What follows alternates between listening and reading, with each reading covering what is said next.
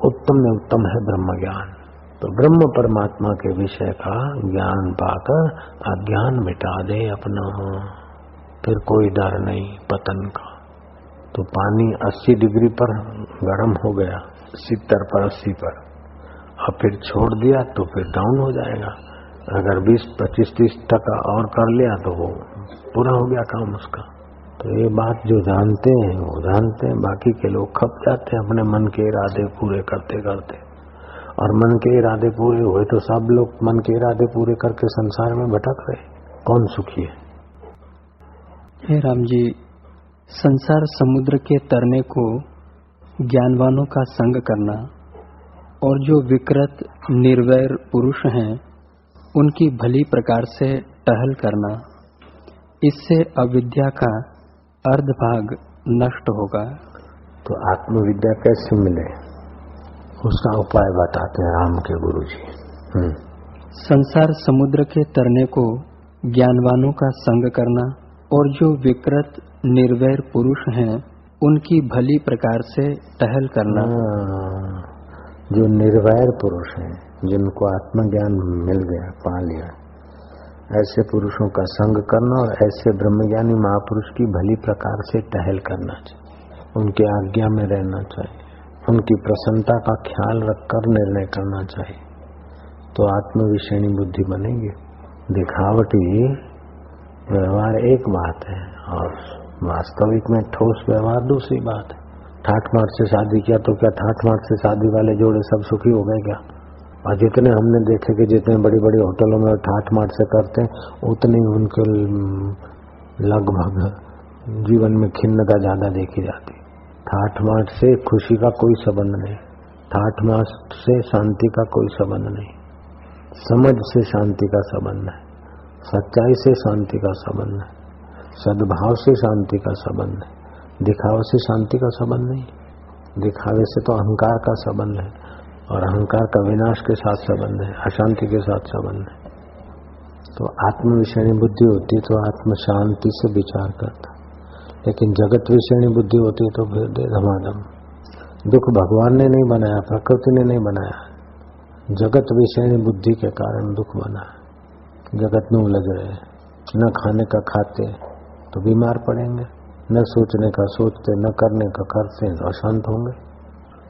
ऐसे ही अनात्म विषयणी बुद्धि पड़ी है तो आत्म विषयणी बात लगती नहीं, संतों की बात दिल में लगती नहीं। मोह माया की बातें ज्यादा घुसी है तो फिर संतों की बात लगती नहीं। नहीं तो राम जैसे राम गुरुओं की आज्ञा के अनुसार राजकाज करते थे। अब सीता जी को राम जी के साथ अर्धांगिनी के रूप में जाना था तो वशिष्ठ जी बोलते नहीं, सीता जी गहने पहन के जाए।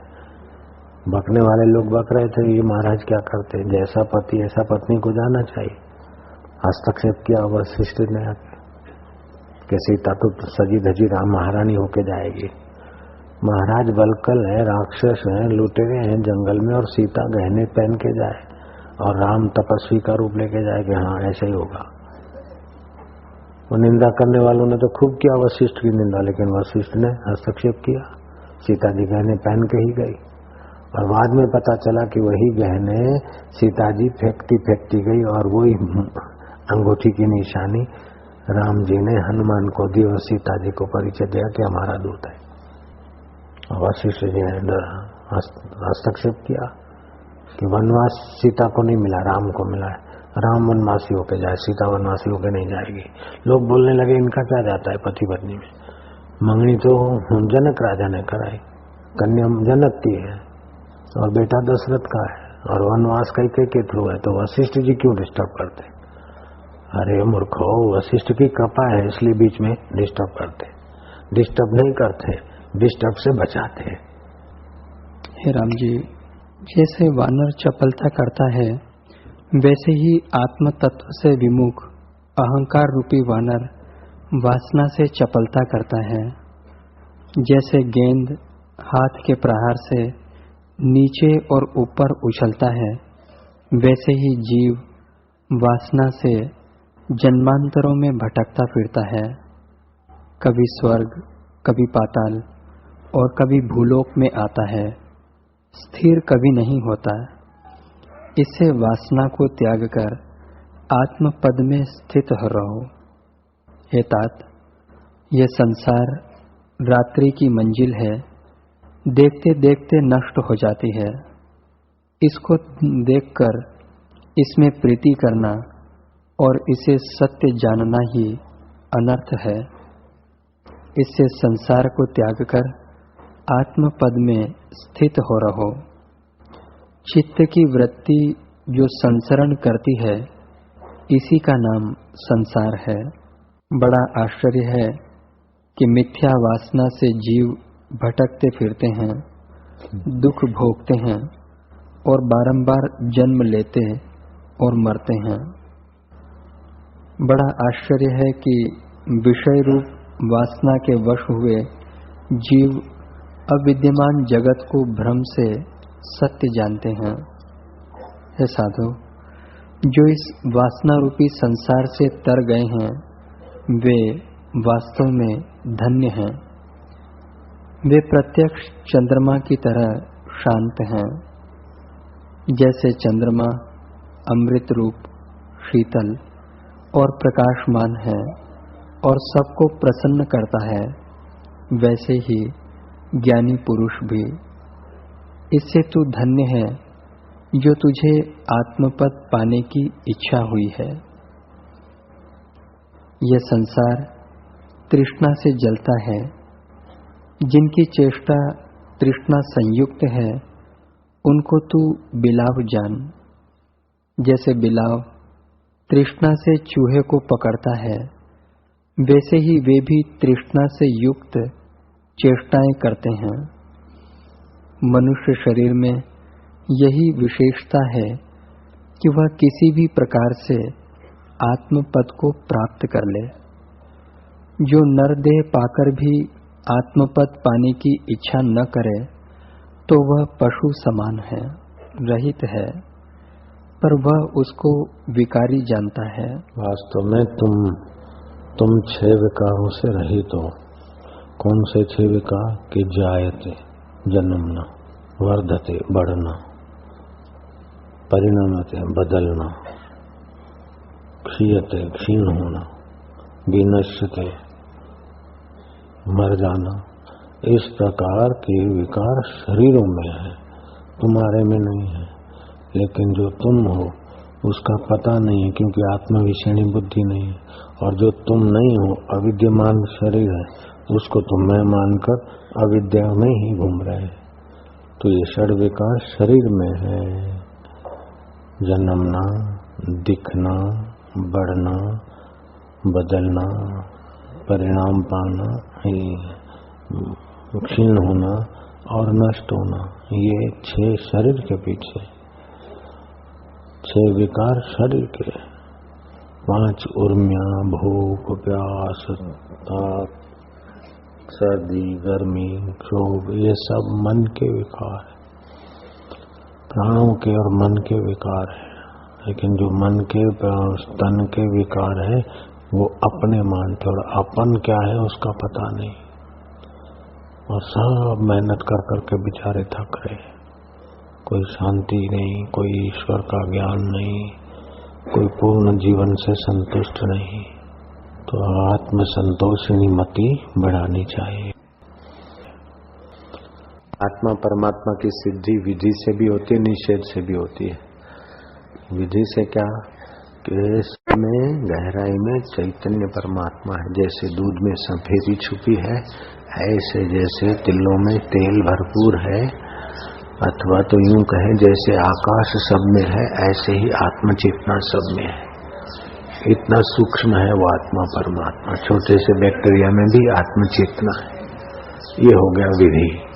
निषेध हो गया कि हाथ में नहीं हूँ, हाथ मेरे है, ये पैर में नहीं हूँ, तो ये डेस्क में नहीं हूँ, तो इससे मैं अलग हूँ।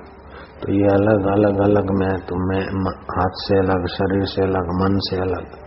मन में विचार बदलते उसको देखने वाला हूँ, बुद्धि से भी अलग। तो ये सब नहीं नहीं नहीं करके बाकी जो रहता है वो चैतन्य स्वभाव आत्मा है। तो ये हो गया निषेध। जैसे मैं सच बोलूंगा तो सच बोला, तो ये हो गया विधि। विधि।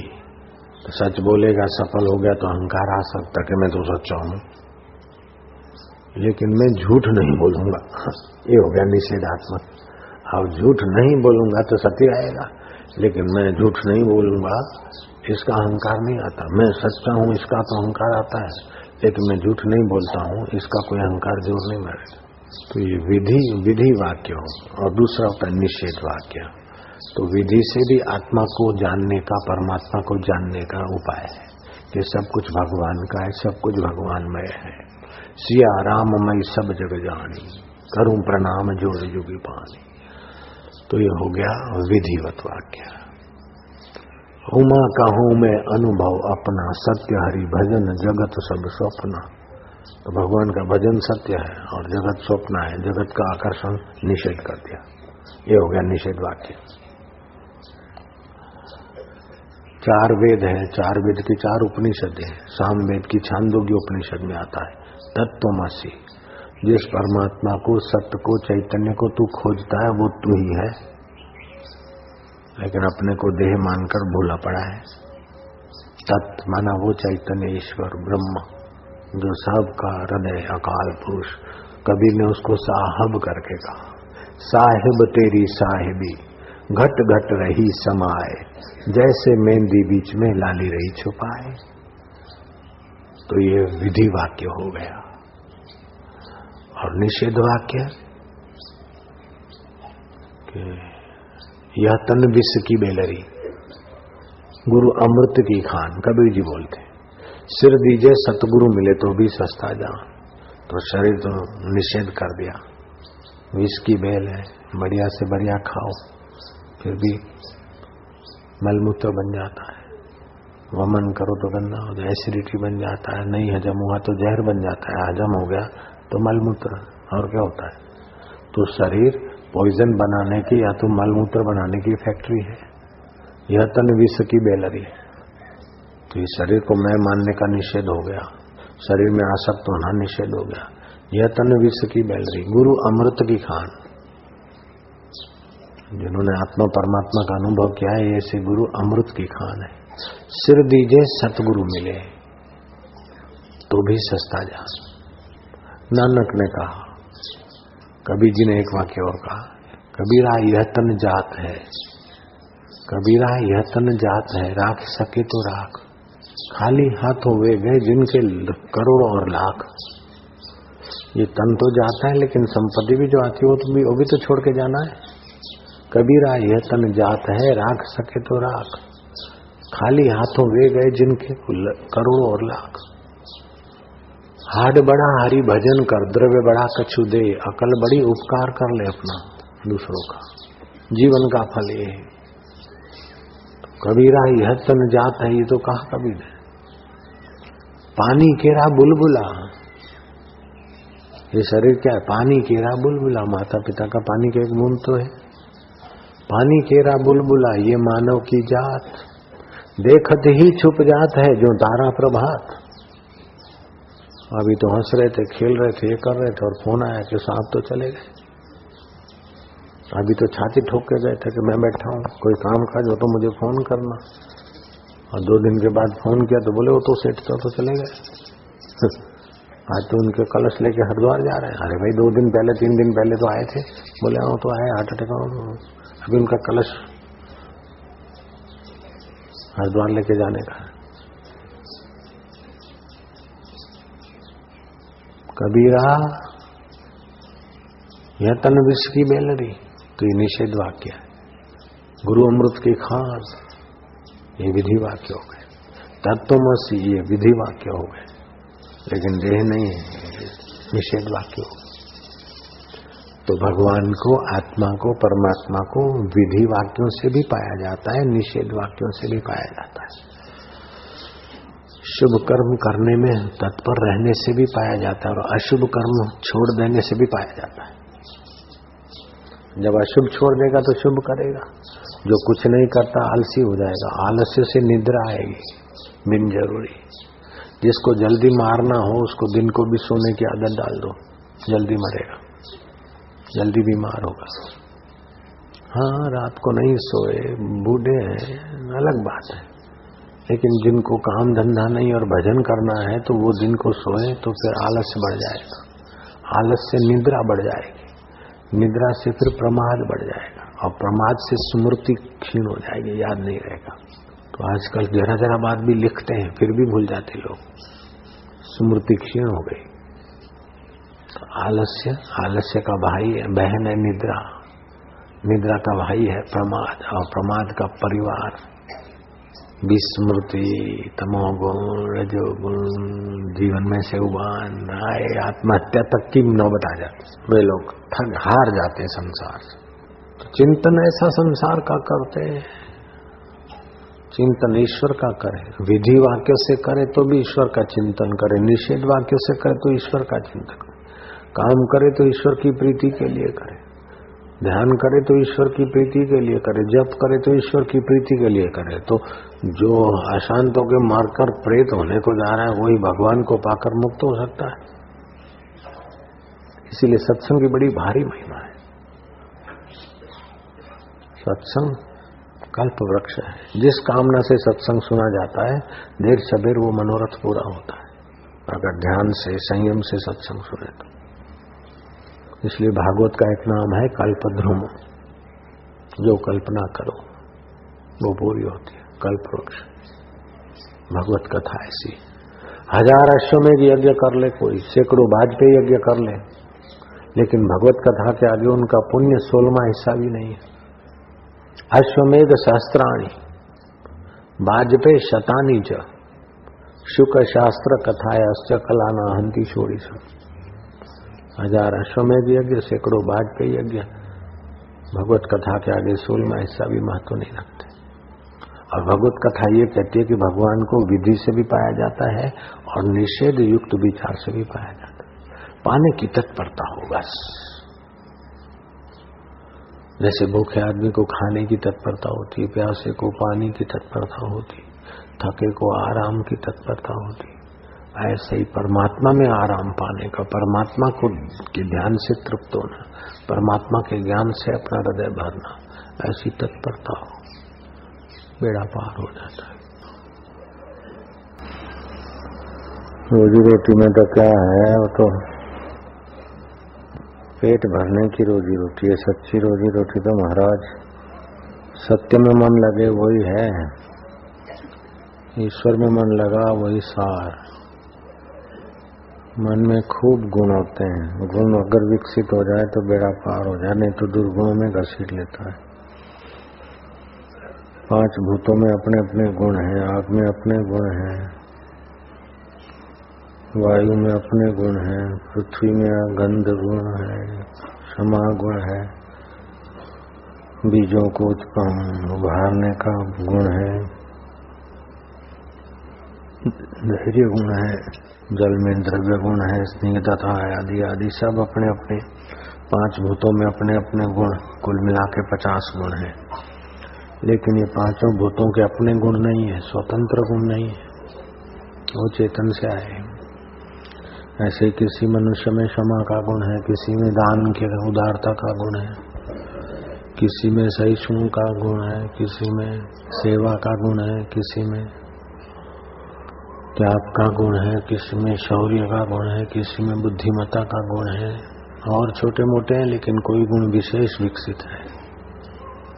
लेकिन ये उनके अपने स्वतंत्र नहीं है, वो भी उस गुण के भंडार परमात्मा का ही है।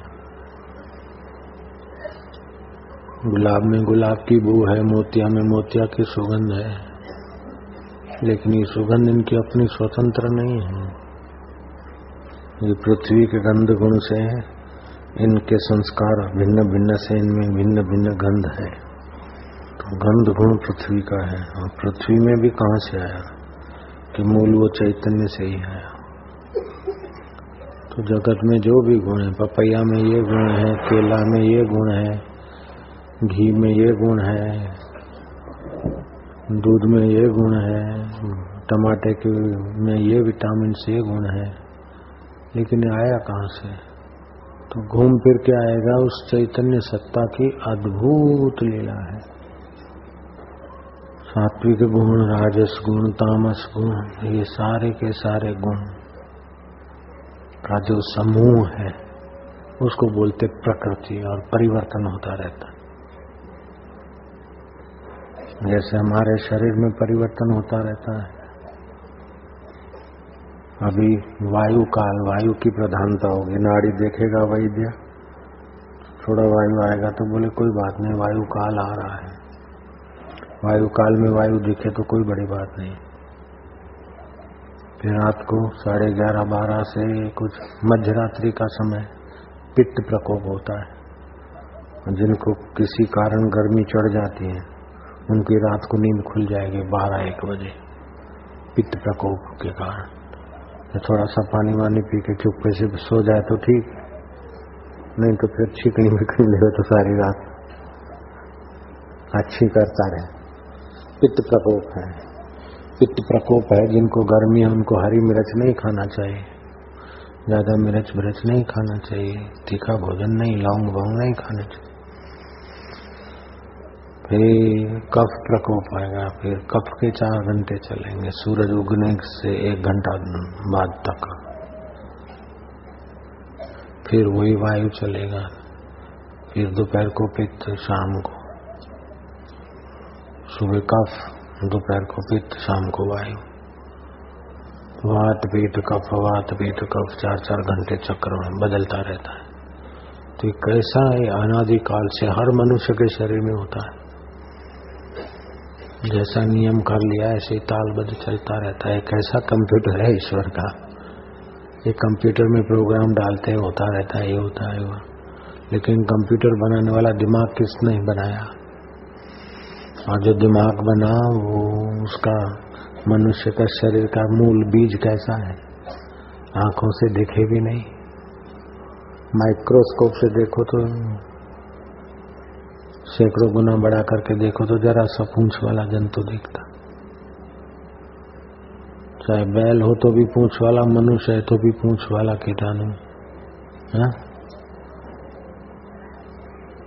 जो भी जीव है माँ के गर्भ में बड़े होने वाले हैं वो सारे प्राणी पूंछ वाले दिखते हैं माइक्रोस्कोप में डाल के, ऐसा मैंने सुना है।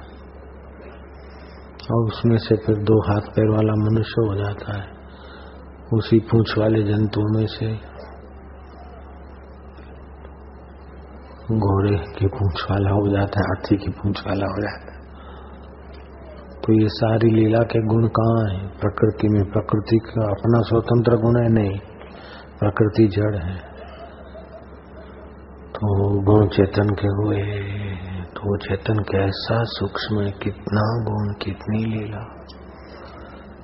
तो श्री कृष्ण में मुख्य 64 कलाएं विकसित हुई, 16 कला और 64 विद्याएं पढ़ ली। राम जी में 12 कलाएं विकसित हुई। जीव जंतुओं में 3 कला होती, 2 कला होती है। ये जो पत्थर है उसमें परमात्मा की 1 कला है, अस्तित्व, इसका होनापन है। ये सत्य स्वरूप की कला है परमात्मा की। पत्थर है, तोड़ डालो तो बालू के टुकड़े हैं, पीस डालो तो पत्थर का पाउडर है, फूंक दो तो वातावरण में चला गया, आंखों से ओझल हो गया, लेकिन है कहीं न कहीं वो है पना। ये परमात्मा का अस्तित्व कला, पत्थरों में, चट्टानों में, धरती में, ये भगवान की अस्तित्व कला है। जीव जंतुओं में, पेड़ पौधों में भगवान की 2 कला है। एक तो उनका होना है, दूसरा वो खुराक खा सकते हैं, रस खींच सकते हैं, ग्राह्य कला है। अस्तित्व कला, ग्राह्य कला। जंतुओं में 3 कलाएं विकसित है उस परमात्मा की, अस्तित्व, ग्राह्य, स्थलांतर, होनापना। जीव जंतु भोजन भी करते, ग्राह्य शक्ति भी है, स्थलांतर कला। तो जितनी कलाएं ज्यादा विकसित उतना वो ज्यादा श्रेष्ठ माना जाता है। पक्षियों में 4 कलाएं विकसित होती है। पशुओं में, पक्षियों में वो अपनी माँ को पहचान लेते, अपने घोंसले को पहचान लेते। 1000 गायों में बछड़ा अपनी माँ को पहचान लेता, माँ बछड़े को पहचान लेती, दूसरा आएगा तो लात मार देगी। लेकिन दूर तक नहीं पहचानते, 10-5 साल के बाद नहीं पहचानते। बछड़ा हो चाहे पाड़ा हो, उसको पता नहीं कि मेरी बहन है। वो बहन के साथ, माँ के साथ संभोग कर लेते। तो उनकी वो 4 कलाएं विकसित है। मनुष्य की 5 कलाएं विकसित है। वो आजीवन पहचान रखता है, ये मेरी माँ है, ये मेरी बहन है, ये मेरी जात है, ये फलाना है। और शास्त्र का ज्ञान मनुष्य समझ सकता है, सुन सकता है, लोक लोकांतर का विचार कर सकता है, नए नए आविष्कार कर सकता है। 5वीं कला मनुष्य की विकसित है। ये 5वीं कला जो है, जिसमें है उसको मनुष्य बोलते हैं। मनसा सीविति मनुष्याः, मन से जो संबंध जोड़ सके दीर्घकालीन, उसको मनुष्य बोलते हैं। संबंध को पहचान तो सकता है बछड़ा, पक्षी, लेकिन संबंध जोड़ने की कला उनमें नहीं होती। भाई भतीजे का, मामे भांजे का, जात पात का संबंध नहीं जोड़ पाते हो। हाँ, लोक लोकांतर के ज्ञान बयान में उनकी गति नहीं। तो मनुष्य में 5 कलाएं विकसित होती। तो इन सब जीवों से मनुष्य श्रेष्ठ हुआ। करोड़ों पौधों से, करोड़ों जीवों से, करोड़ों पशु पक्षियों से, करोड़ों पत्थर पहाड़ों से भी मनुष्य श्रेष्ठ हुआ। उन मनुष्य में भी श्रद्धा है तो और भी श्रेष्ठ, श्रद्धा के साथ विचार है तो और भी श्रेष्ठ। और विचार और श्रद्धा के साथ साथ सार चीज, सार वस्तु में प्रीति है तो वो श्रेष्ठ है। सार है आत्मा, सार है सबके अंदर जो बैठा वो सार है। सार की प्रीति, सार की प्रीति कहो, परमात्मा की प्रीति कहो, नित्य सुख की प्रीति कहो, सच्चे सुख की प्रीति कहो, एक ही बात है। वैसे तो मन में बहुत विचार आते हैं, उनका कोई अंत नहीं, लेकिन मनुष्य मनन करे, मनन प्रधान प्राणी है। मनन प्रधान प्राणी मनन करे कि हमको चाहिए क्या, जो चाहिए उसका मनन करे। एकांत कमरे में बैठ जाए, एकांत में घूम जाए, जो भी वृत्तियां हो रही है शांत हो जाए। धरती पे बैठे तो पंजे की अनामिका छोटी उंगली धरती पे लगाए।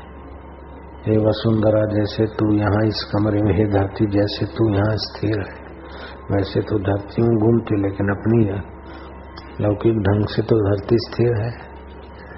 ऐसे ही मेरा मन स्थिर हो, मेरे विचार स्थिर हो। फिर सोचे कि ये चंचल मन कितनी कितनी कल्पनाएं करता है, कितनी कितनी इच्छाएं करता है, लेकिन चाहिए क्या? पत्नी चाहिए, पुत्र चाहिए, नौकरी चाहिए, प्रमोशन चाहिए, क्या चाहिए? क्या चाहिए? खोजते खोजते पत्नी भी सुख के लिए चाहिए, नौकरी भी सुख के लिए चाहिए, प्रमोशन भी सुख के लिए चाहिए, शत्रु का गला दब जाए वो भी सुख के लिए चाहते हैं। तो सार खोजते खोजते आएगा कि सुख चाहिए। तो सुख कैसा चाहिए? एक दिन का चाहिए नहीं, साल भर का नहीं, सदा सुख चाहिए। किसी से मांगे तब हो कि स्वतंत्र हो। बोले स्वतंत्र हो तो स्वतंत्र सुख और सदा सुख जिसको चाहिए वो कौन है? जिसको सुख चाहिए वास्तव में उसका मूल स्वरूप ही सुख होना चाहिए। जैसे अग्नि की लौ ऊपर जाती है क्योंकि सूर्य उसका उद्गम स्थान है, पानी सागर के तरफ जाता है, ऐसे सब सुख के तरफ जाते हैं। तो सुख स्वरूप तेरा उद्गम स्थान है। तो ये चाहिए वो चाहिए तू छोड़, तेरा सुख स्वरूप उद्गम स्थान है। तेरा सुख स्वरूप उद्गम स्थान है। तो जहाँ से जो तू चाहता है वहीं से तू उत्पन्न होता है। इस प्रकार का मनन करे तो वो मनुष्यों में तो उत्तम है, श्रद्धालु और विचारवानों से भी उत्तम है, क्योंकि उसने आत्म विचार का रास्ता जान लिया। इतने इतने करोड़ों करोड़ से वो श्रेष्ठ है, और उसमें भी वो उत्तम है जिनको संत मिल गए, और संत भी आत्मज्ञानी संत मिल गए।